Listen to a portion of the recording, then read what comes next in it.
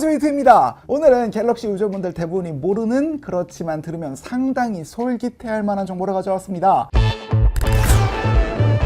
바로 바이패스 모드. 한국 공식 명칭은 USB 파워 딜리버리 충전 일시정지 기능입니다. 공식 명칭 너무 기니까 앞으로는 그냥 바이패스라 할게요. 여튼 이 기능이 뭐냐면은 스마트폰에 충전기를 연결하면 배터리를 우회, 바이패스에서 기기에 다이렉트로 전력을 공급하는 기능이에요. 원래는 폰으로 게임을 하다가 충전기를 꽂으면 먼저 배터리가 충전되고 충전된 배터리의 전력을 끌어다가 게임이 돌아가는 식이잖아요. 근데 이 기능을 켜면 충전기에서 들어오는 전력을 다이렉트로 끌어다가 게임하는 데 사용할 수 있는 거죠. 참고로 이 기능은 게임할 때만 동작하는 일종의 게임 최저가 서비스이지만 꼼수를 쓰면 게임이 아닌 앱에서도 작동은 합니다. 이건 조금 이따가 알려드릴게요. 여튼 그럼 이 기능이 뭐가 어떻게 좋은 거냐? 자, 일단 삼성 글로벌 공식 홈페이지에는 이렇게 나와 있습니다. 발열에 의한 성능 저하나 스로틀링을 개선하고 배터리 수명 저하를 개선할 수 있다. 일단 이론적으로만 생각해보면 바이패스 기능을 켜면 발열은 줄어들 겁니다. 보통 충전기를 꽂고 게임을 하면은 게임이 돌아가면서 발생하는 열에 배터리가 충전되면서 발생하는 열까지 더해지니까 고사양 게임을 돌린다던가 하면 확실히 느껴질 정도로 폰이 더 뜨거워지거든요.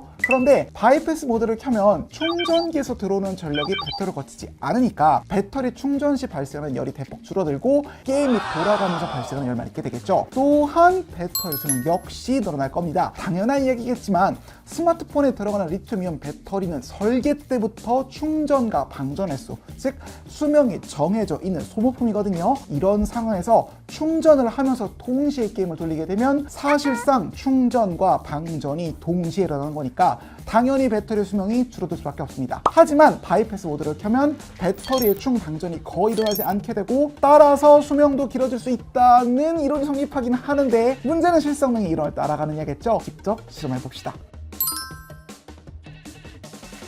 그럼 일단 먼저 바이패스 모드 정식 명칭으로 USB 파워 딜리버리 충전 일시 정지 기능을 켜봅시다. 이건 게임에서만 적용되는 서비스니까 게임 런처로 들어가서 더보기를 누르고 게임 부스터에 들어가면 뭔가 옵션이 보여야 하는데 안 보이죠. 자, 이 옵션이 그냥 나오지는 않고요. 몇 가지 조건이 있습니다. 첫 번째, 휴대폰에 충전기를 꽂은 뒤 두 번째 게임 런처로 또 이 게임을 실행해야 합니다. 내가 하는 게임이 게임 런처에 자동으로 등록이 안 될 경우 수동으로 등록해줘야 돼요. 여튼 이 조건들을 맞춘 뒤 게임 부스터에 다시 들어가 보면 USB 파워 딜리버리 충전 일시 정지라는 탭이 새롭게 뜬 걸 확인할 수 있죠. 이제 누르면 곧바로 활성화되고요. 다음부터는 충전기를 꽂고 게임을 실행할 때마다 자동으로 바이패스 모드로 전환된다 합니다. 이제 이 기능이 제대로 작동하는지 확인할 차례입니다. 비교를 위해 바이패스 기능을 껐을 때와 켰을 때의 전력량을 측정해 보겠습니다. 먼저 아주 기본적인 게임이라 할 수 있는 버블 슈터를 해봤는데요. 바이패스 모드를 껐을 때, 즉 전력이 배터리 충전에 사용될 때는 전력량이 약 11W 정도죠. 그런데 바이패스 모드를 켜니까 기기에 직접 공급되는 전력량이 약 2W 정도로 확연히 줄었습니다. 그럼 조금 더 고사양 게임은 어떨까요? 먼저 바이패스 모드를 껐을 때는 전력량이 23에서 24W 정도에서 왔다 갔다 했고요. 바이패스 모드를 켰을 때는 약 5W 정도에서만 움직이더라고요.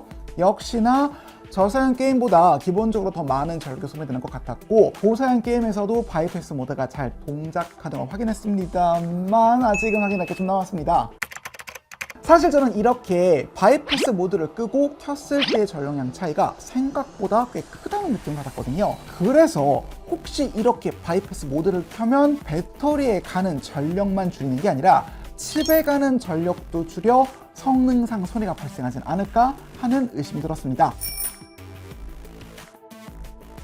그래서 기왕 한 김에 바이패스 모드 온 오프 시에 성능 테스트를 진행해 보고자 했습니다만 여기서도 문제가 생기더라고요. 자, 휴대폰의 성능 테스트는 보통 잘 알려진 벤치마크 앱을 이용합니다. 그런데 바이패스 모드는 GOS 기능이기 때문에 게임에서만 작동하고 킥벤치나 3마크 같은 테스팅 앱에서는 게임이 아니기 때문에 동작을 안 한단 말이죠. 하지만 우리는 어쩌다 보니 GOS가 앱의 패키지명을 기준으로 패키지명이 게임이면 작동하고 그렇지 않으면 작동하지 않는다는 사실을 알고 있습니다. 그래서 어쩔 수 없이 게임 런처가 게임으로 인식할 수 있도록 만들어진, 즉 패키지명을 게임 앱과 똑같이 바꿔놓은 테스팅 앱을 이용해 바이패스 모드의 효과를 실험해봤습니다. 바이패스 모드로 껐을 때와 켰을 때 각각 총 3사이클씩 스트레스 테스트를 해봤고요. 결론부터 말씀드리자면 성능 저하는 거의 없었습니다. 자, 이렇게 바이패스 모드를 껐을 때와 켰을 때의 점수를 한 그래프에 모아봤는데 거의 비슷하게 움직이죠. 조금씩 튀는 부분도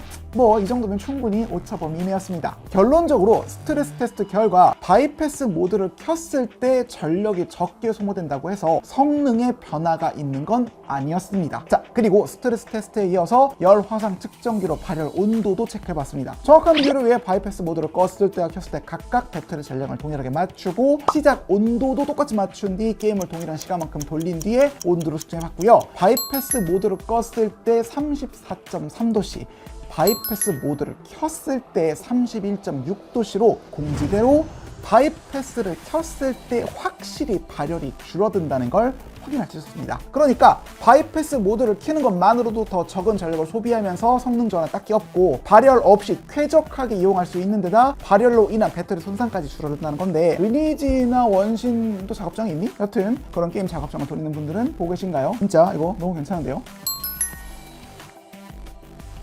다만 이렇게 바이패스 모드를 이용하실 때 주의하셔야 할 점도 있습니다. 가장 중요한 첫 번째, 충전기를 아무거나 사용하면 바이패스 모드가 동작하지 않습니다. 25W 이상 출력이 되는 PD 충전기하고 PPS, 쉽게 말해서 상황에 따라 최적의 전압 전류로 기기를 충전시켜서 충전 효율과 속도를 높이는 기술이 적용된 충전기를 골라야 합니다만, 어려우니까 그냥 우리는 이런 식으로 PPS가 적혀있는 충전기를 구매하시면 됩니다. 그리고 두 번째, 배터리 잔량이 20% 이상일 때만 바이패스 모드가 동작합니다. 잔량이 20% 미만일 때는 바이패스 모드를 켜도 20%가 될 때까지는 휴대폰 배터리가 충전되니까 동작을 안 한다고 놀라지 마시고요. 배터리 잔량을 꼭 확인해보세요. 마지막으로 알려드린 대로 해봐도 안 되면 스마트폰을 재부팅하거나 게임 런처나 스마트폰 소프트웨어를 최신 버전 업데이트해보시기를 추천드립니다. 그리고 참고로 이 기능은 S22 출시 때부터 탑재되어 있었고 이후 출시된 일부 기기에서도 지원된다고 하네요.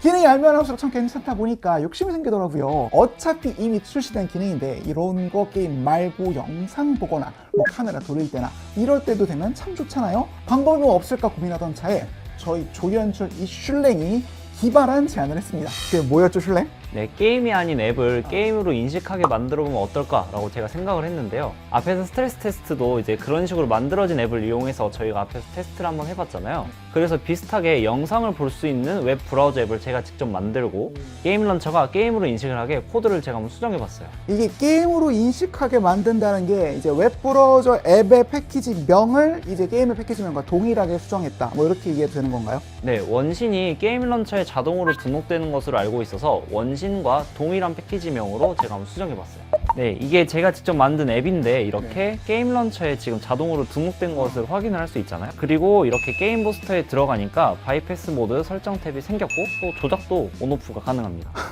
잠깐만 눌러볼게요. 이게 진짜 되네. 네, 대단합니다.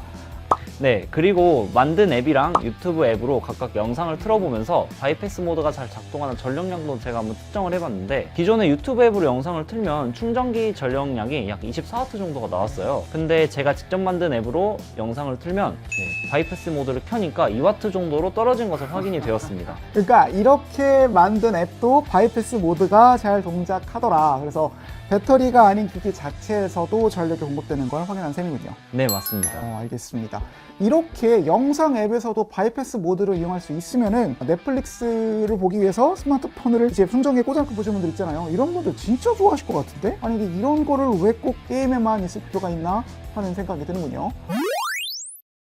어떠셨나요, 여러분? 지난 6일 일본에서 열린 삼성전자 언팩 행사에서 삼성은 공식적으로 이 바이패스 모드에 대해 언급했는데요. バッテリー関連ではもう一つ進化がございます。 Galaxy S23 シリーズはバッテリーを通さず充電器からの電力で直接端末を動作させる直接給電に対応しました。 일본뿐만 아니라 삼성 해외 공식 홈페이지에는 이렇게 기술 설명이 올라와 있게 됐습니다. 그럼 정작 우리나라에서는 이 기술에 대한 언급이 공식적인 자리에서는 없었더라고요. 모종의 이유가 있긴 있었겠죠. 어쨌든 이런 실용적인 기능이 많이 알려져서 필요하신 분들이 문명의 혜택을 누리셨으면 하는 바람입니다. 그리고 무엇보다도 어차피 이미 나와 있는 기능인데 게임 말고 다른 앱도 바이패스 모드 가능하게 확대 적용해 주시면 안 될까요, 삼성? 구독과 좋아요 부탁드리며 이번 영상도 시청해 주셔서 감사합니다.